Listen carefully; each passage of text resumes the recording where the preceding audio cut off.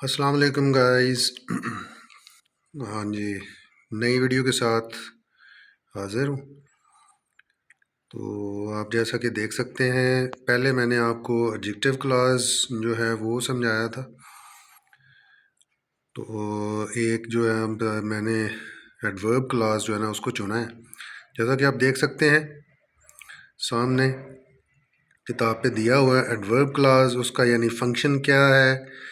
दूसरा जो उसका कैबिन है टेबल का, उसमें उसने कहा जी कि बिगिन्स विद, ये शुरू कैसे होता है, और आगे उसने उसकी एग्जांपल दी हुई है, मिसाल दी हुई है। सिंपल है। उसने कहा जी कि फंक्शन इसका modifies a verb, an adjective और an adverb in the main class. हाँ जी, एडवर्ब जो है ना वो वर्ब को मॉडिफाई करता है, उसको एक्सप्लेन करता है, उसकी बारे में हमें खबर देता है, उसके मुतल्लिक हमें जो है वजाहत पेश करता है, वाज़े करता है। जब कोई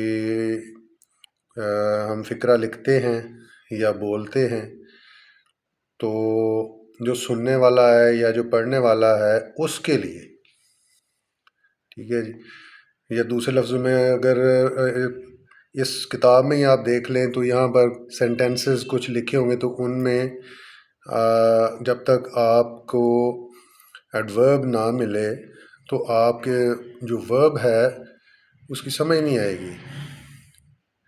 ये आगे चल के मैं आपको बताता हूँ कि क्या सूरत हाल है।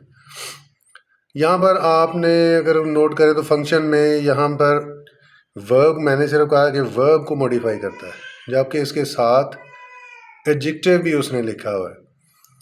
एडजेक्टिव हो वर्ब हो, ये है adverb class.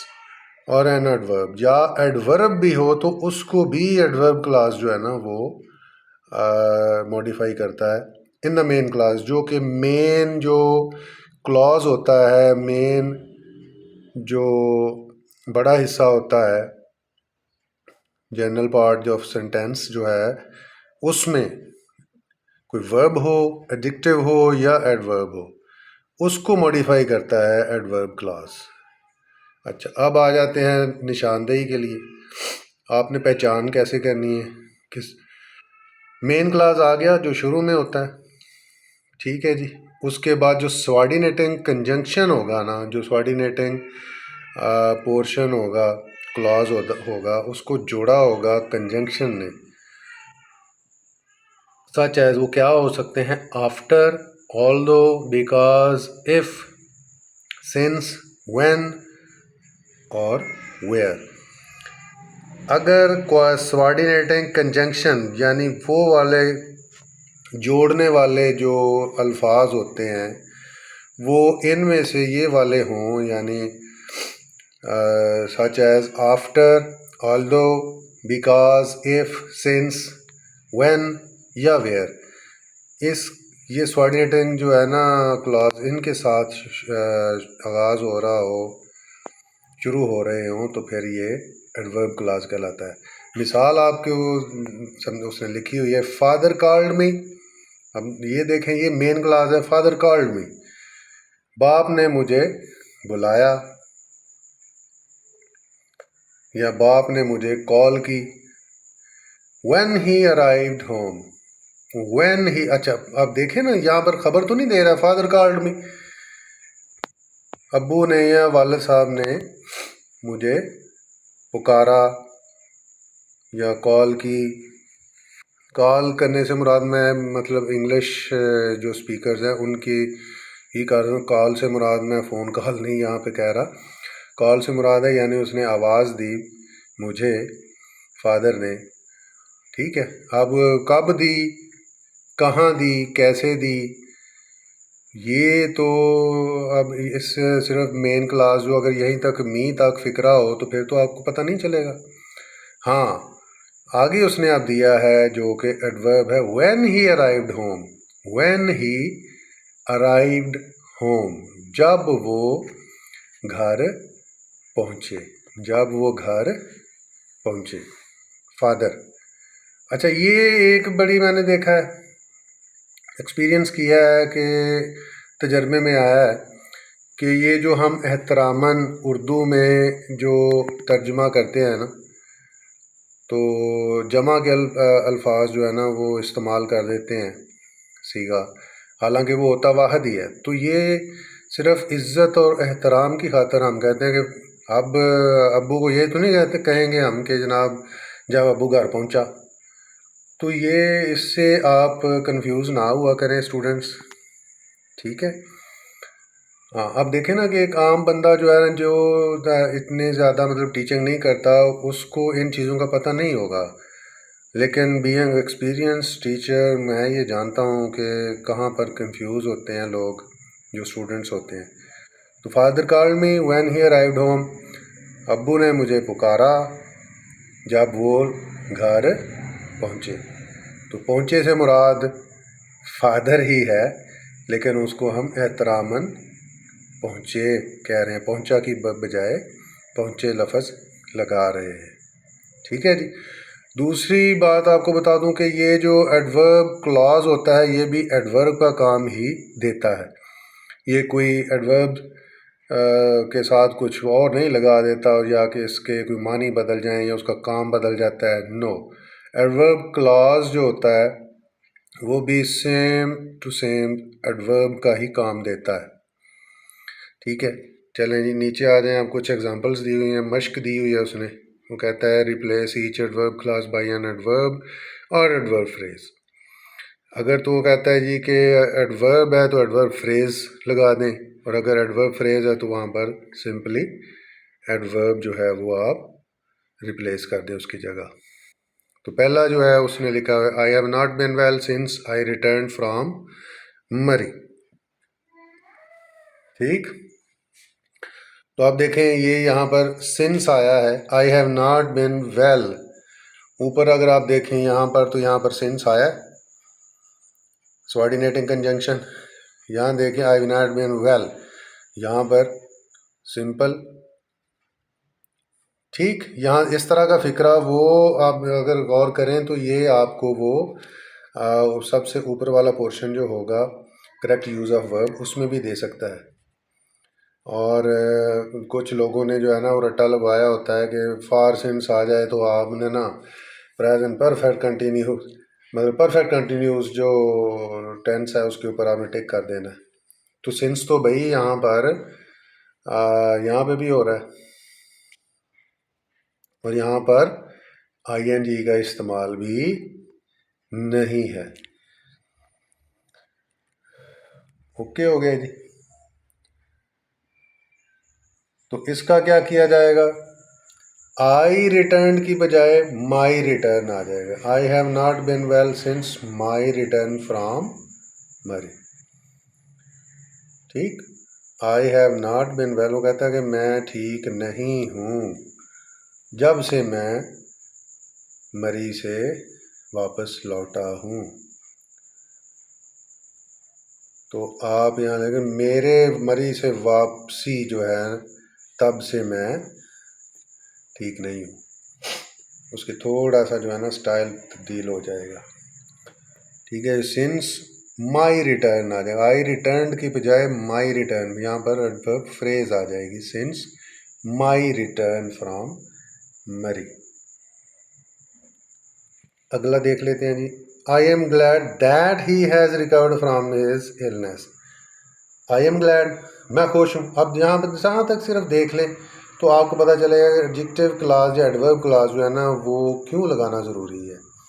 I am glad ये है जी मेन क्लॉज, मेन पोर्शन आपका जो है वो सेंटेंस का यही है, आई एम ग्लैड, मैं खुश हूँ।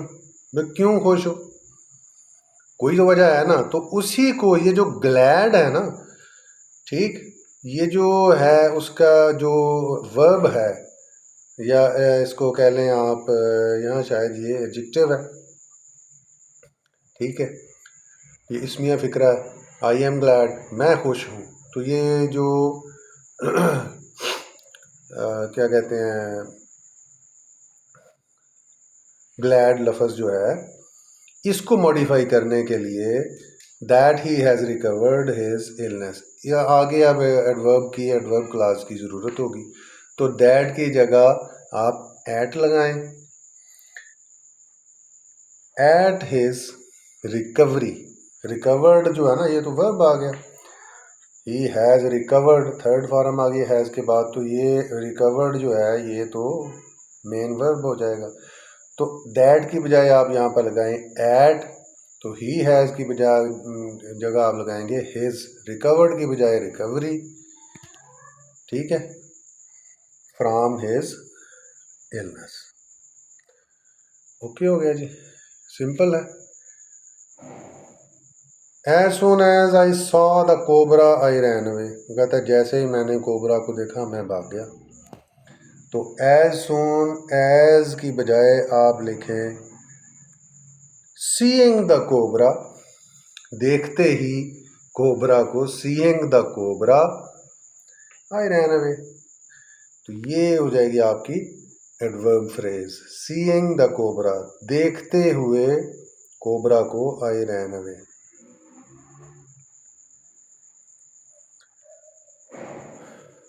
He may go home after his work is finished. He may go home, वो घर जा सकता है। आफ्टर देख लें, ये आफ्टर भी यहाँ पर आया हुआ लफ्ज़, वो आफ्टर ऊपर लिखा हुआ, ठीक है जी। तो बीच ये जो है ना वर्ड फ्रेज जो है ना यहाँ से शुरू होती है आफ्टर से, तो ये आप देख सकते हैं he may go home after his work is finish, लेकिन आफ्टर के बाद आपने जो है वो फ्रेज पुट करनी है हिज वर्क इज़ फिनिश्ड,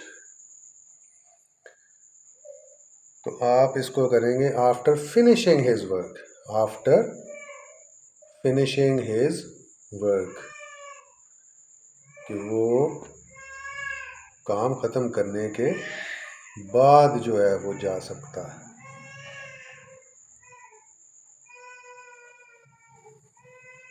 आ गया जी, आई did not pay her as I had no money with me. हाँ जी, तो मैंने बताया सच एज भी बताया था कि एज के साथ भी शुरू हो सकता है, तो आप देख सकते हैं कंजंक्शन सच एज, ठीक है जी, एज भी आया हुआ है। तो ये यहाँ पर भी आप देखें आई डिड नॉट पे हर, मैंने उसको पे नहीं किया, अदा नहीं की। As I had no money with me, जैसा कि मेरे पास कोई रकम या पैसे नहीं थे, तो आप इसको कहेंगे having no money with me. Having, इसको पहले ये जो पोर्शन है इसको सेकंड जो पार्ट है इसको हम मेन क्लास की जगह ले जाएंगे, हैविंग नो मनी, ठीक है जी। आई did not pay her, I did not pay हर, तो यहाँ पर आप देख लें हैविंग नो मनी, ये हैड की जगह हैविंग नो मनी आ जाएगा कि रकम, मेरे पास रकम ना होते हुए मैंने उसको अदायगी ना की, या उसको पैसे अदा नहीं किए, ठीक है जी। तो ये सिंपल सा, मैंने तो खैर आपको बहुत वजाहत से आपको समझा दिया कि कैसे करना है, लेकिन आप लोग जो हैं अगर आपने सिंपली एक जो है वो नंबर जो है वो अर्न करना है, तो आप ये जो है वो subordinated conjunctions याद रखें, such as, after, although, because, if, since, when और where, इनको आप याद रखेंगे। यानी जो subordinate जो है क्लॉज वो इन अल्फाज से शुरू हो रहा हो, तो फिर आप जान जाइए कि ये एडवर्ब क्लॉज है, ये एडवर्ब क्लॉज है, ठीक है। कंफ्यूज अगर हुए हैं आप, तो आप एडजेक्टिव क्लॉज वाला पिछला मेरा लेक्चर जो है उसको देख लीजिएगा, तो आपको इसमें और उसमें वाज़ेह फ़र्क जो है वो नज़र आएगा, और आप खुद जो है ना इसको डिस्टिंग्विश करने में के काबिल हो जाएंगे। Thanks for watching. और सब्सक्राइब करना ना भूलिएगा, शेयर करना, लाइक करना भी ना भूलिएगा। टिल देन अल्लाह हाफिज़।